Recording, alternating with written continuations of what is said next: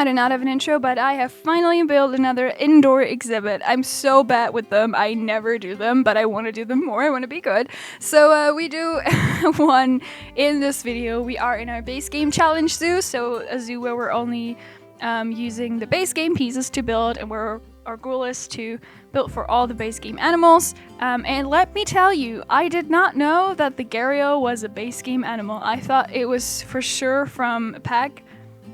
Turns out it isn't. But that's good. And one more animal to build for. I was originally thinking I wanted to put the, what's it called, saltwater crocodile here. Didn't end up happening, so we're gonna have to look, you know, what animal we're gonna put in here. If the Gharial is not a base game animal, I still don't believe that it is.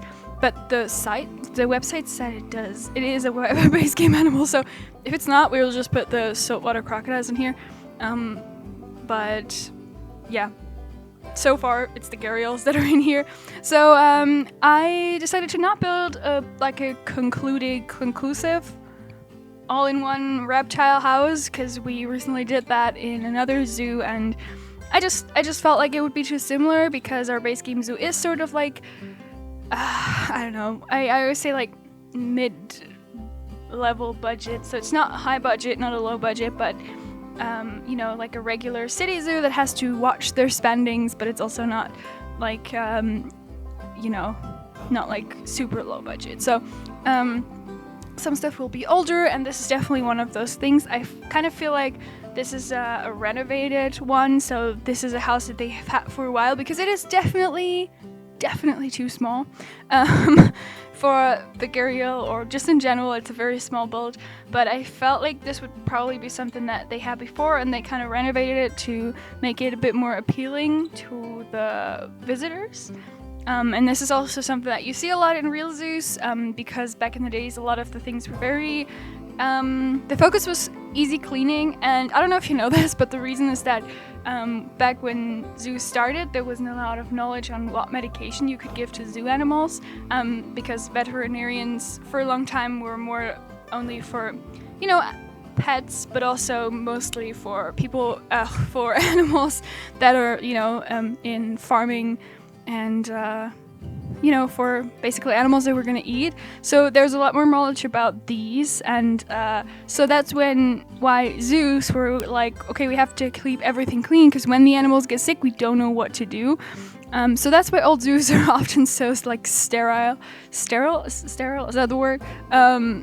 Clean. And so a lot of times you will see these like older things that and they kind of, you know, start to integrate plans and stuff like after the fact. So this is kind of the style that I'm going for here, and I think the visitor area actually turns out very nicely. So this was a lot of struggling around, I have to say. I had a vision for it, but that vision didn't come to fruition. What a fancy word.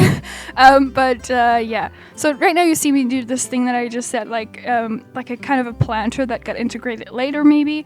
We're also going to put in some rocks, and oh my god, I recolored this building so often. You will see a few colors go on in the background. It's not all included in the footage, but this building had so many different colors, and we ended on like kind of a peachy pink, not pink, but maybe like a peachy beige tone.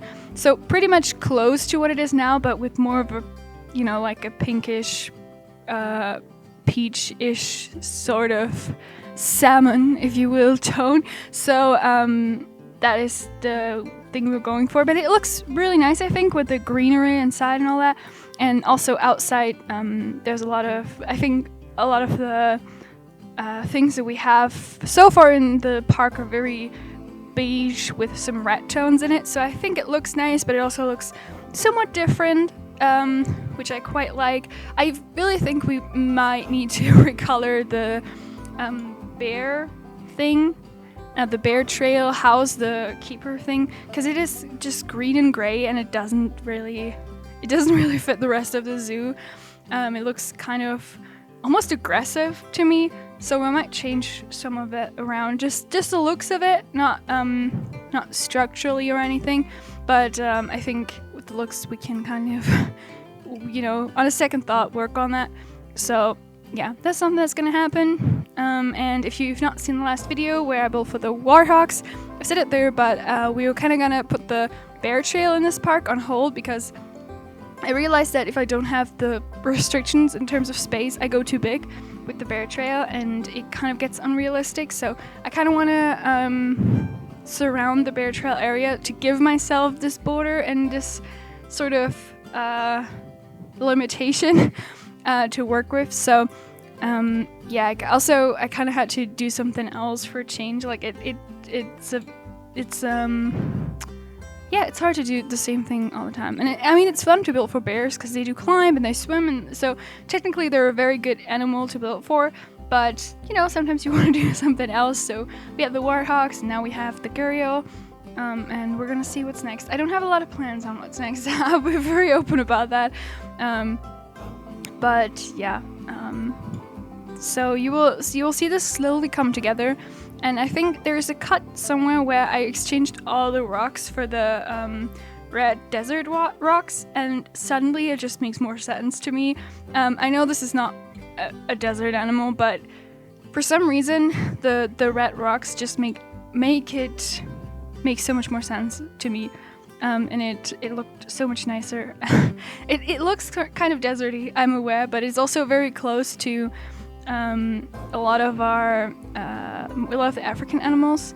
So in terms of in the zoo, it's very close to that. So I think that we might go with this specific style and carry it over to the other side, which we're not going to build in a while, but I think on the other side, like behind the Warthawks, we're going to do elephants, and so they're going to have a big house. So I'm thinking of carrying the color palette over to this, because I think it'd be really cool to have a big house in this kind of like peachy pink color, because you don't get to build with colors that much, do you? And it was so much fun, by the way, if you've not seen the Valentine's build, that was so much fun to build. I love building with colors. I kind of want to do that more. I was kind of thinking, like, what if we did a zoo that was kind of like all my favorite things, like my personal favorite things. So just very colorful, probably very pink and yellow, and built for the animals that I'm most excited for when I go to a zoo. Which, let's be honest, I might need mods for that, but no, I don't know. I kind of been toying around with the idea of mods lately anyway. So yeah, they're just too good to not, you know. I've been playing with mods before I started this channel, by the way. So it's intriguing. But I think what I wanted mainly were animals that we now have, because I think the big pull for me to start using mods was that I really, really wanted raccoons, and I still really want possums, and I really want ducks.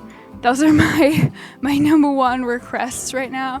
I also want bunnies, but yeah, ducks and opossums would be really cool. I love ducks. They're so cute. I don't know. I don't know how to feel about people who have ducks as pets. I'm jealous of them, but I'm also like, but can you really do a duck justice when you live in an apartment? So that I'm kind of like, I don't know. But I mean, if I ever have a big house on a countryside, oh my god, I also would want geese. Like, geese are so cool. They're just wild. I love them. So there's this zoo. It's not super close to me, but close enough for a day trip, right? And they have this like petting zoo right by the entrance. And one time I was there, and this town's football club has a goat as their like mascot, and so a lot of people would come to the goat that lives in the petting zoo because they have like some contract with the football club. I don't know. So a lot of people would come there to watch the goat. So I would squeeze by the people and like walk there, and there was a duck, and they had a goose, and they had these sprinkler things to keep the water, the lawn, the grass, to keep it hydrated, right? Because it was in the middle of the summer, and the goose was like so amazed by the sprinkler thing, and it was so cute, and I was like, why are you watching that stupid goat when this duck is so cute? It's not a duck, it's a goose, but but I don't know, I really love them. Also, you know how every kid has their favorite plushie that they take everywhere? Mine was a goose. So I still actually have it because my parents, because I lost it once, and I think it was from IKEA or something. My dad bought a lot of them because they're like, oh my god, because I was crying so bad that my parents are like, okay, we have to buy a new one. And so my dad bought a few, and so some of them never got used because I got out of the age of carrying around a plushie everywhere. So now I have one on my shelf that is quote unquote unused, because I did this thing where like because a goose has a pretty long neck, right? So I did this thing where I would like lay in my bed and I would put the neck of the goose underneath my nose, and the problem with that is kids get sick a lot. So you can imagine the rest, like a runny nose and putting your stuffy under your nose, like a plushie under your nose. I mean, not the most hygienic move, I'll say that. I mean, obviously they washed it and everything, but you know, it doesn't look too nice after some time, and also like carrying around everywhere. Actually, it was so funny. One time I almost lost it at the airport, and because I don't know, I think I was like on holiday with my mom and my aunt, and so they were looking for the suitcases to come on the rail thing, what's it called, the stuff that makes the luggage run in a circle. So they were looking for a luggage, and I carried my plushie goose, and so I saw people, was it? I don't know. But I saw stuff writing on there, and I thought it was funny to put my duck. Why do I keep saying duck? Like, I know the difference, but the word duck just comes so much easier.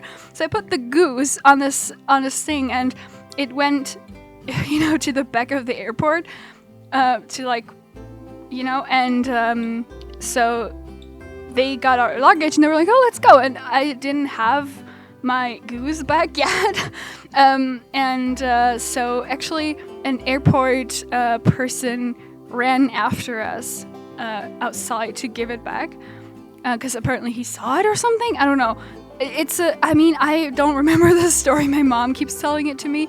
This was also, be aware, this was also before 9/11, so, everything was easier in terms of like airport security things. So I think nowadays that would go very differently. I have this dog plushie now that I take everywhere, and I always take it with me because it's also the shape of it is very good to sleep in the airport. Like, I'll put it around my neck, and I had to give that to airport security so often, and all the time I'm like scared, because you hear these stories of like they will cut open stuffed animals because they think that you're like trying to smuggle something inside of them. So I'm always so scared that that's gonna happen to me one day. But yeah, I don't know. I just really like it as a pillow on the airplane, and it's a funny dog, and it's also gotten me some conversation with strangers who are less like, what? Because it's not like, how a kid would have like a cute little like cartoony dog. It's a boxer. So it's a very not usual pick for a stuffed animal, but I think I've had it since I was probably 6 or 7, and we saw it in some store, and I really, really wanted it, and my mom remembered that all the way till Christmas and got it for me, so I always honored that one.